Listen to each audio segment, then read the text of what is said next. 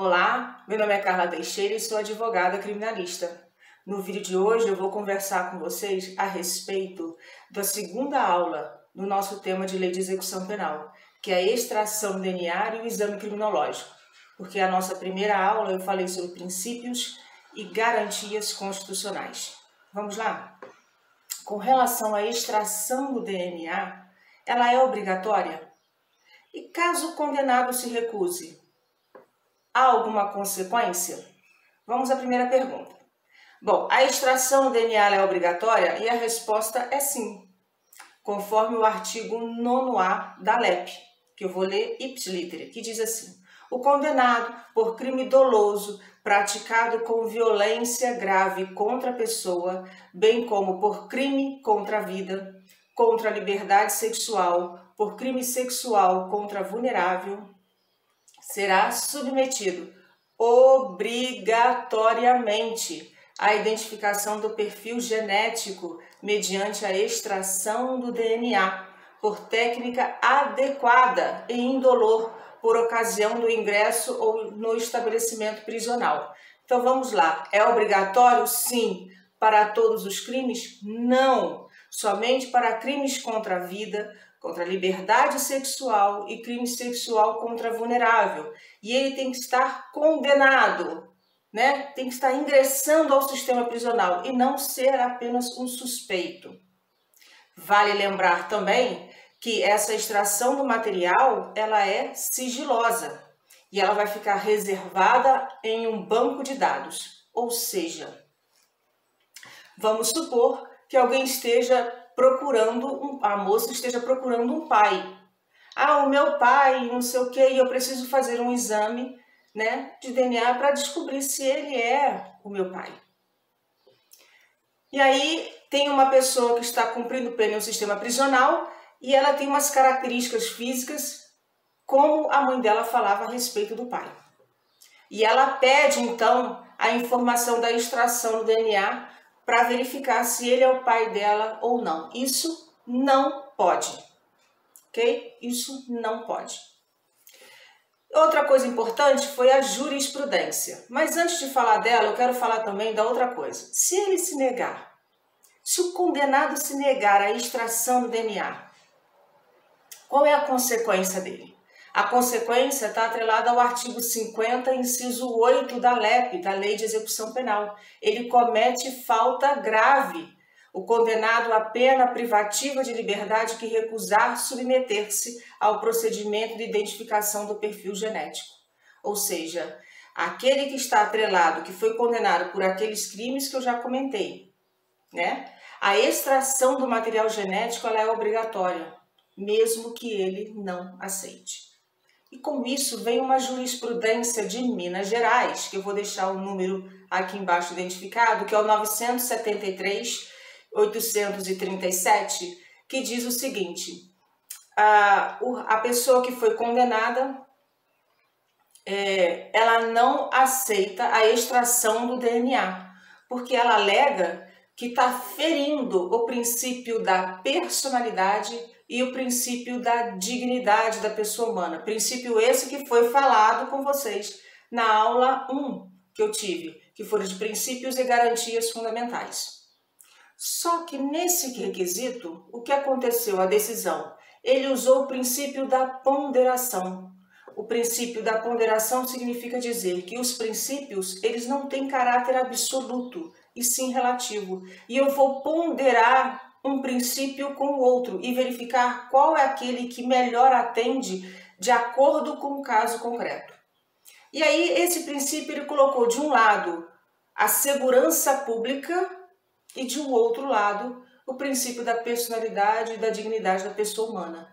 E aí nessa ponderação prevaleceu o princípio da segurança pública. Logo, esse recurso ele não foi provido, tá? Não foi provido por causa disso, porque prevalece o princípio da segurança pública e não o princípio da dignidade da pessoa humana ou o princípio da personalidade. Vamos ao segundo tema que eu falei com vocês a respeito do exame criminológico. O exame criminológico é obrigatório?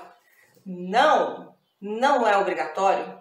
E se ocorrer o magistrado deverá fundamentar. Não basta solicitar o exame, tem que dizer o porquê que aquele exame deve ser feito. De acordo com a súmula 439 do STJ, que diz assim: admite-se o exame criminológico pelas peculiaridades do caso, desde que em decisão motivada. Então, ou seja, tem que fundamentar. Não é a revelia, não é do jeito que eu quero, ou não pode ser a todo e qualquer tipo de crime. Não é assim. Tem que ter uma fundamentação, um porquê.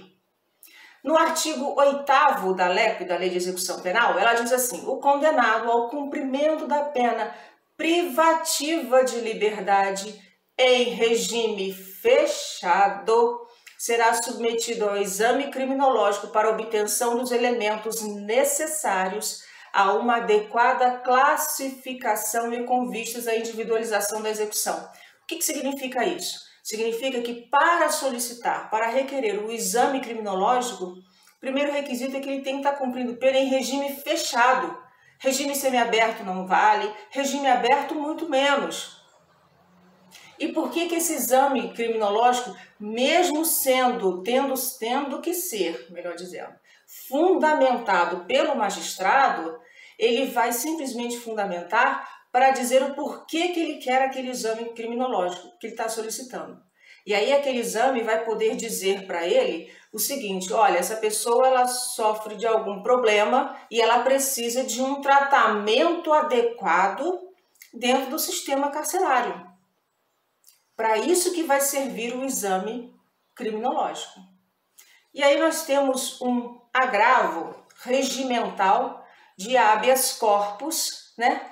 593.758 de São Paulo, que diz que foi a exigência, o magistrado exigiu um exame criminológico fundamentando com base na gravidade abstrata do delito e porque o condenado ainda tem uma longa pena a cumprir, cerca de 15 anos. O condenado ingressou com a progressão do regime fechado para o semiaberto. E o magistrado solicitou o exame criminológico visto na gravidade abstrata do delito e por ele ainda ter que cumprir um longo período de pena. Esse recurso, esse agravo, esse agravo regimental foi desprovido, não foi provido. Por quê? Porque ele está pedindo a progressão de um regime fechado para o semiaberto. E com relação a essa progressão, não cabe exame criminológico. Vale dizer que vai ter que ser analisado o artigo 112 da LEP, onde vai estar descrito todos os percentuais, né? De acordo com cada crime, com o crime cometido, qual o percentual que ele deverá ter cumprido para requerer a progressão do regime. Se ele cumpre os requisitos objetivos, se ele cumpre os requisitos subjetivos, não ter cometido falta grave. E alguns dizem assim, não pode ter cometido falta grave durante a execução da pena. Outros já falam, não pode ter cometido falta grave nos 12 meses anteriores a esse requerimento.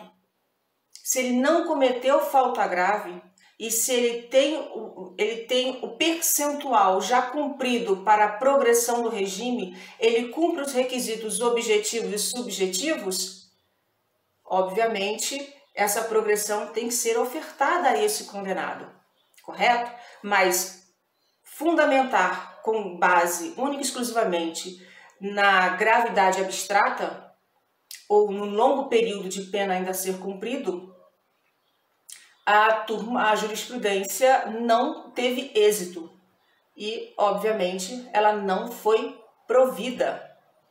Bom, eu espero que tenha tirado todas as dúvidas e nem ficado sequer uma vírgula, né, de dúvida para as pessoas. Eu vou deixar o agravo regimental aqui embaixo, descrito, né, o outro recurso que é de Minas Gerais também descrito, e eu espero vocês na nossa terceira aula. Um forte abraço a todos e até a próxima aula.